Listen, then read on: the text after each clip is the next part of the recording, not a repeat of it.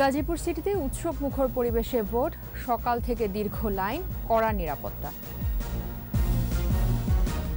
মার্কিন ভিসা নীতি নিয়ে সরব রাজনীতি, জাতীয় নির্বাচন অবাধ ও নিরপেক্ষ করতে চায় সরকার, বললেন ওবায়দুল কাদের। প্রধানমন্ত্রীকে হত্যার হুমকির মামলায় বিএনপি নেতা চাঁদ গ্রেফতার।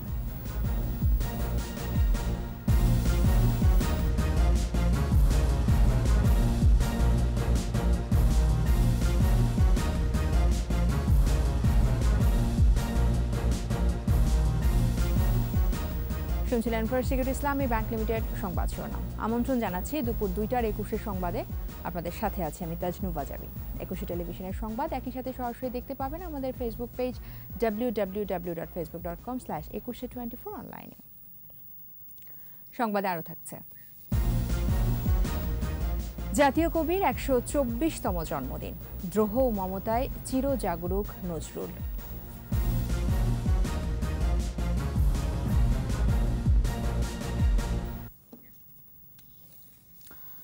উৎসব মুখর পরিবেশে চলছে গাজীপুর সিটি নির্বাচনের ভোট। সকাল থেকেই কেন্দ্রগুলোতে ভোটারদের দীর্ঘ লাইন। এরই মধ্যে আওয়ামী লীগ, জাতীয় পার্টি এবং স্বতন্ত্র মেয়র প্রার্থী ভোট দিয়েছেন। জয়ের ব্যাপারে আশাবাদী তারা, সহকর্মীদের সহায়তায়। আর বিস্তারিত জানাচ্ছেন রত্না জামান। সকাল থেকে উৎসাহ উদ্দীপনা নিয়ে ভোট কেন্দ্রে আসতে শুরু করেন ভোটাররা। দীর্ঘ লাইনে দাঁড়িয়ে ভোট দিচ্ছেন তারা। নির্বিঘ্নে এবং স্বাচ্ছন্দ্যে ইভিএমে ভোট দিতে পারছেন বলে জানালেন ভোটাররা। আমরা যেই মার্কায় ভোট দিব, ওই মার্কার নিচে একটা সাদা বুটম আছে, ওই বুটমে টিপ দিব। ভিড়ের জন্য তাড়াতাড়ি আসছে এবং ভোট আমরা প্রথম দিতেছি এবং আমাদের তো বুঝার অনেক আছে, দিলে একজনে বুঝতে পারবো, এই কারণে আসছে। আমি ইভিএম এ প্রথম ভোট দিলাম এবং ইভিএম এ ভোট দেওয়াটা খুবই সহজ। পরিবেশ অনেক সুন্দর, পরিবেশে ভোট হচ্ছে। ইভিএমের প্রথম ভোট দিছে, তাই ভোট দেওয়ার পর আমার মন খুব আনন্দ লাগলো। এদিকে টঙ্গীর দারুস সালাম মাদ্রাসা কেন্দ্রে ভোট দিয়েছেন আওয়ামী লীগের মেয়র প্রার্থী আজমাতুল্লাহ খান। জয়ের ব্যাপারে শতভাগ আশাবাদী তিনি। এছাড়া ফলাফল যাই হোক মেনে নেবেন বলেও জানান তিনি। অত্যন্ত আশাব্যঞ্জক সমর্থন আমি পেয়েছি। এটার উপর ভিত্তি করে আমি নিশ্চিত যে আজকে গাজীপুরের ভোটাররা অবশ্যই তাদের পছন্দ প্রার্থী হিসাবে নৌকা প্রতীকে তারা ভোট প্রদান করবেন। টঙ্গীর নিউ ব্লুমুন স্কুল অ্যান্ড কলেজে ভোট দিয়েছেন জাতীয় পার্টির মেয়র প্রার্থী এম নিয়াজউদ্দিন। ভোট সুষ্ঠু হলে জয়ী হবেন বলে আশাবাদ জানান তিনিও। ভোটের সামগ্রিক পরিবেশ ভালো, আমার কাছে ভালো মনে হয়। আমি জয়ের ব্যাপারে আশাবাদী। আমি আশা রাখি যে ইনশাল্লাহ বিজয় আমার হবে। ভোট দিয়েছেন স্বতন্ত্র প্রার্থী জায়েদা খাতুন। ভোটের পরিবেশ সুষ্ঠু বলছেন তিনি। পরিবেশও সুন্দর, নিয়ম শৃঙ্খলা ভালোই লাগছে, আমার ভোট দিতেও ভালো লাগছে। 2013 সালে সিটি কর্পোরেশন গঠিত হওয়ার পর এটি তৃতীয় নির্বাচন। এবারের নির্বাচনে 3টি পদে মোট 324 জন প্রার্থী লড়ছেন, মেয়র পদে 8 জন। প্রতিটি কেন্দ্রেই পুলিশ ও আনসার সদস্য মোতায়েন করা হয়েছে। মাঠে টহল দিচ্ছে র্যাব ও বিজিবি। কেন্দ্রগুলোতে বসানো হয়েছে সিসি ক্যামেরা। আইন শৃঙ্খলা বাহিনী আমরা নির্বাচন কমিশনের আওতায় আইনের এবং বিধি মোতাবেক আমরা কাজ করছি এবং সেটার প্রতিফলন আপনারা কেন্দ্রে কেন্দ্রে দেখতে পাচ্ছেন। রত্না জামান, 21 টেলিভিশন। বাংলাদেশে অবাধ ও সুষ্ঠু নির্বাচনে বাধা দিলে তার জন্য দায়ী ব্যক্তি এবং তাদের পরিবারের সদস্যদের ভিসা দেওয়ার ক্ষেত্রে বিধিনিষেধ দেওয়া হবে বলে জানিয়েছেন যুক্তরাষ্ট্রের পররাষ্ট্রমন্ত্রী অ্যান্টনি ব্লিংকেন। মার্কিন ভিসা বিধিনিষেধের আওতায় পড়বেন বাংলাদেশের সাবেক ও বর্তমান কর্মকর্তা কর্মচারী, সরকারপন্থী ও বিরোধী রাজনৈতিক দলের সদস্য। এছাড়া আইন প্রয়োগকারী, বিচার বিভাগ এবং নিরাপত্তা বাহিনীর সদস্যরাও এর আওতাভুক্ত। এদিকে বাংলাদেশের নির্বাচনকে সামনে রেখে যুক্তরাষ্ট্রের নতুন ভিসা নীতি নিয়ে সরকার চিন্তিত নয় বলে জানিয়েছেন পররাষ্ট্র প্রতিমন্ত্রী মোহাম্মদ শাহরিয়ার আলম। এক প্রতিক্রিয়ায় পররাষ্ট্র প্রতিমন্ত্রী জানান, সরকার অবাধ ও সুষ্ঠু নির্বাচনের জন্য প্রতিশ্রুতিবদ্ধ। তিনি আরও বলেন, এ ব্যাপারে বরং বিএনপির উদ্বিগ্ন হওয়া উচিত।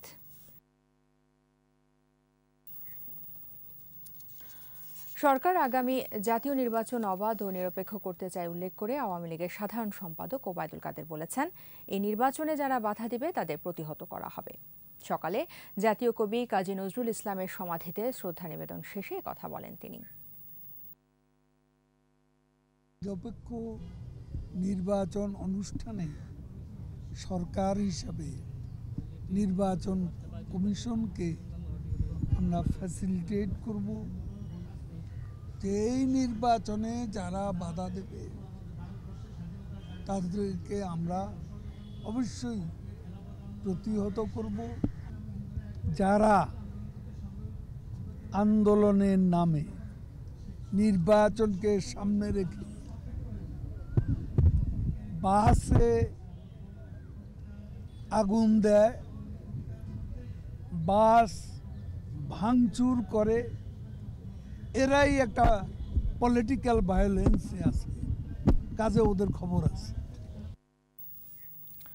অন্যদিকে নির্বাচন বানচাল নয়, বরং বর্তমান সরকারের অধীনে বিএনপি ভোট চায় না বলে জানিয়েছেন দলটির যুগ্ম মহাসচিব খায়রুল কবির খোকন। সকালে জাতীয় কবির সমাধিতে শ্রদ্ধা নিবেদন শেষে কথা বলেন তিনি। একটি নির্বাচনকারী নিরপেক্ষ সরকারের অধীনে অবাধ, সুষ্ঠু, গ্রহণযোগ্য, ইনক্লুসিভ এবং অংশগ্রহণমূলক একটি ক্রেডিবল ইলেকশনের জন্য আমরা দাবি জানিয়ে আসছি, যেটা ইতিমধ্যে শুধু মার্কিন যুক্তরাষ্ট্র নয়, আমরা দেখেছি ইউরোপিয়ান ইউনিয়ন থেকে শুরু করে তারপরে জাতিসংঘ থেকে শুরু করে সকল গণতান্ত্রিক রাষ্ট্রই চাচ্ছে বাংলাদেশে একটি অবাধ, সুষ্ঠু, গ্রহণযোগ্য নির্বাচন হোক।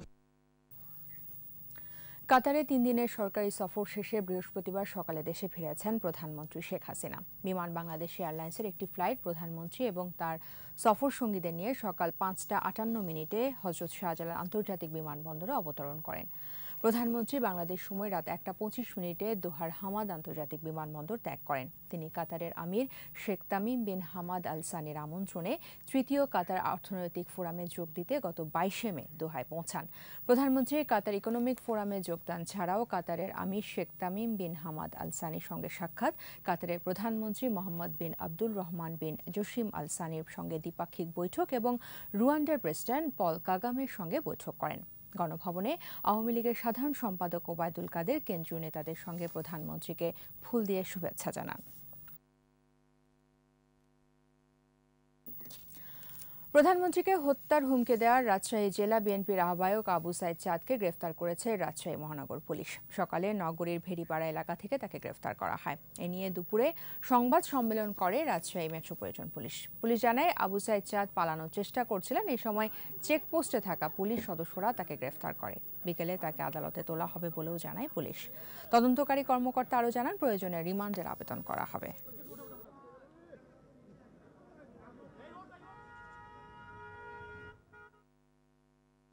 সে গাড়িতে করে পালাচ্ছিল, বেড়িপাড়া মোড়ে তাকে প্রাইভেট কার থেকে তাকে গ্রেফতার করা হয়। মাননীয় প্রধানমন্ত্রীকে হুমকির দায়ে রাজশাহী জেলা এবং মহানগর পুলিশের প্রায় 6 থেকে 7টা মামলা হয়েছে এই সংক্রান্তে, এবং এই রাজশাহীর বাইরেও বিভিন্ন জায়গায় মামলা হয়েছে।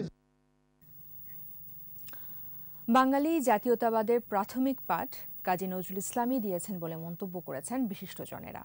গণমানুষের মুক্তি, সাম্য আর অসাম্প্রদায়িকতার চর্চা হলেই বিদ্রোহী কবি নজরুলের প্রতি প্রকৃত শ্রদ্ধা জানানো হবে বলে মনে করেন তারা।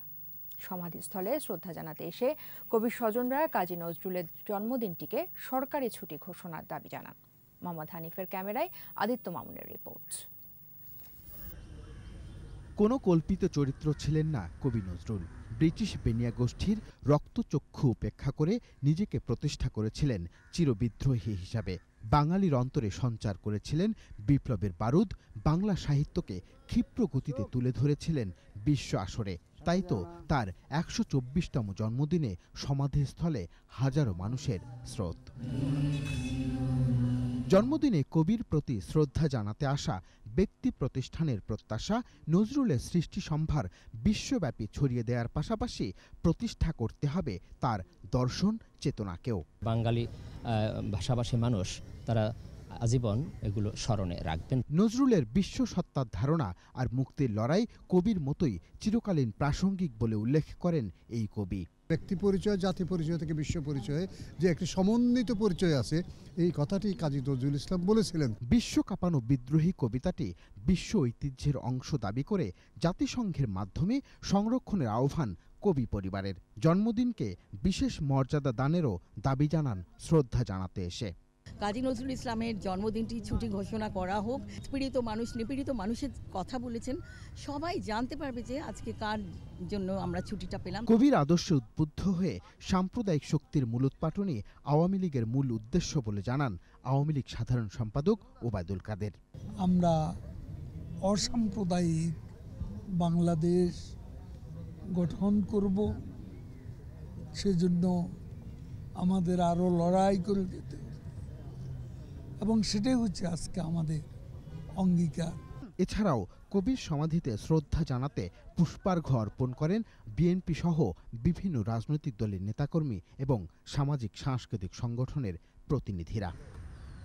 সাম্য, মুক্তি আর মানবতার কথা বলে গেছেন জাতীয় কবি কাজী নজরুল ইসলাম। তার রণহুঙ্কার শুধু ব্রিটিশ সাম্রাজ্যের ভীতু কাঁপায়নি, বরং তিনি স্বপ্ন দেখেছিলেন একটি সাংস্কৃতিক বিপ্লবেরও। সেই বিপ্লবটি মূলত অসাম্প্রদায়িক চেতনা আর মানব মুক্তির হাতিয়ার হয়ে কাজ করবে যুগে যুগে, এমনই প্রত্যাশা নজরুল প্রেমী এবং নজরুল ভক্তদের। আদিত্য মামুন, 21 টেলিভিশন, ঢাকা। দর্শক, আপনারা জানেন সকাল থেকে গাজীপুর সিটি নির্বাচনের ভোট গ্রহণ চলছে। এই সংক্রান্ত সংবাদ সংগ্রহ করতে গাজীপুর সরকারি মহিলা কলেজ কেন্দ্রে আছেন আমাদের সহকর্মী অপূর্ব রায়। তার কাছে জানবো সর্বশেষ পরিস্থিতি। এখানেও শান্তিপূর্ণভাবে স্বতঃস্ফূর্তভাবে ভোটাররা কিন্তু ভোট দিচ্ছেন। আর এই কেন্দ্রটি কিন্তু মহিলা ভোট কেন্দ্র, মহিলাদের উপস্থিতি কিন্তু অনেক লক্ষণীয়। তারা সকাল থেকেই এই কেন্দ্রে জড়ো হয়ে ভোট দিচ্ছেন। এই কেন্দ্রে আমরা প্রায় 3000 মহিলা ভোটার রয়েছে। এখন পর্যন্ত মহিলাদের উপস্থিতি কিন্তু বেশি লক্ষ্য করা যাচ্ছে। আর আমরা সকাল থেকে বিভিন্ন কেন্দ্রে ঘুরে দেখেছি, ভোটারদের উপস্থিতি প্রায় প্রতিটা কেন্দ্রেই কিন্তু বেশি পরিলক্ষিত হচ্ছে। আর একটু আগে আমার সাথে গাজীপুর সিটি কর্পোরেশনের কমিশনার মোল্লা নজরুলের সাথে কথা হয়েছে।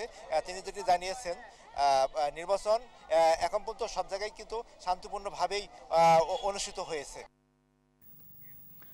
প্রত্যাবাসনের বিষয়ে রোহিঙ্গাদের সঙ্গে আলোচনা করতে মিয়ানমারের 14 সদস্যের একটি প্রতিনিধি দল কক্সবাজারের টেকনাফে এসেছে। সকাল 9:30টার দিকে টেকনাফ পৌরসভার জালিয়াপাড়ায় বাংলাদেশ মিয়ানমার ট্রানজিট জেটি দিয়ে দলটি বাংলাদেশে আসে। দলটির নেতৃত্ব দিচ্ছেন দেশটির মিনিস্ট্রি অব সোশ্যাল অ্যাফেয়ার্সের মংডুর আঞ্চলিক পরিচালক অং মাইউ। এ সময় অতিরিক্ত শরণার্থী, ত্রাণ ও প্রত্যাবাসন কমিশনার শামসুদ্দৌজা সহ সরকারি কর্মকর্তারা তাদের সঙ্গে শুভেচ্ছা বিনিময় করেন। দলটি টেকনাফের 26 নম্বর ক্যাম্পে রোহিঙ্গা প্রতিনিধিদের সঙ্গে বৈঠকে বসেছে। এর আগে 15 মার্চ মিয়ানমারের প্রতিনিধি দল বাংলাদেশে এসে প্রায় 500 রোহিঙ্গার তথ্য যাচাই বাছাই করে যায়। চট্টগ্রাম বিমানবন্দর দিয়ে বিদেশ থেকে স্বর্ণের বার আমদানি ব্যাপকভাবে বেড়ে গেছে। বিপুল পরিমাণ স্বর্ণ আমদানির কারণে নেতিবাচক প্রভাব পড়ছে প্রবাসীদের পাঠানো আয়। হঠাৎ আমদানি বাড়া নিয়ে প্রশ্ন থাকলেও নিয়ম মেনে আনার জন্য আটকানো যাচ্ছে না। বিশেষ রিপোর্ট করছেন রফিকুল বাহারা, ক্যামেরায় ইফরাজ নূর।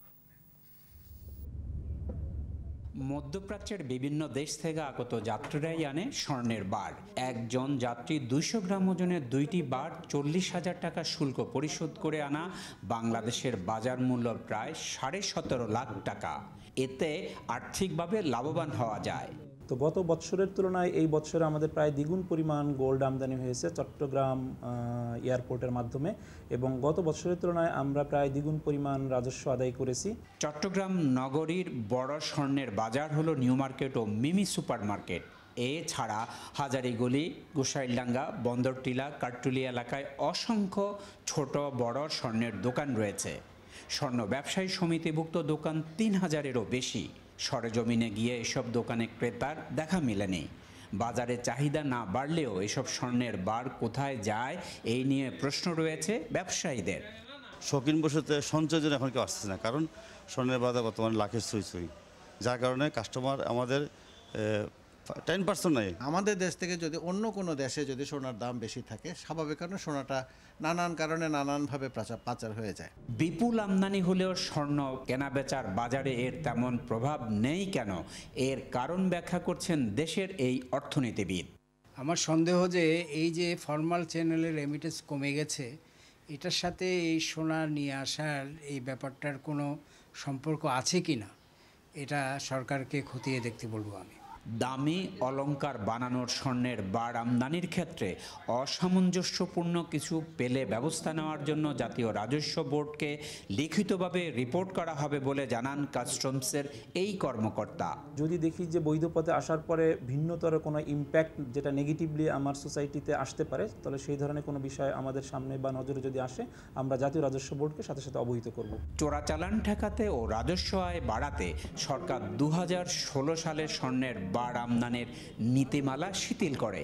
চট্টগ্রাম বিমানবন্দর দিয়ে অস্বাভাবিক হারে স্বর্ণের বার আমদানি বাড়তে থাকে 2021 সাল থেকে। রফিকুল বাহার, 21 টেলিভিশন, চট্টগ্রাম। শেষ করব দুপুর 2টার 21 সংবাদ। যাবার আগে ফার্স্ট সিকিউরিটি ইসলামী ব্যাংক লিমিটেড সংবাদ শিরোনামগুলো জানাবো আরও একবার। গাজীপুর সিটিতে উৎসব মুখর পরিবেশে ভোট, সকাল থেকে দীর্ঘ লাইন, কড়া নিরাপত্তা। মার্কিন ভিসা নীতি নিয়ে সরব রাজনীতি, জাতীয় নির্বাচন অবাধ ও নিরপেক্ষ করতে চায় সরকার, বললেন ওবায়দুল কাদের। প্রধানমন্ত্রীকে হত্যার হুমকির মামলায় বিএনপি নেতা 4 গ্রেফতার।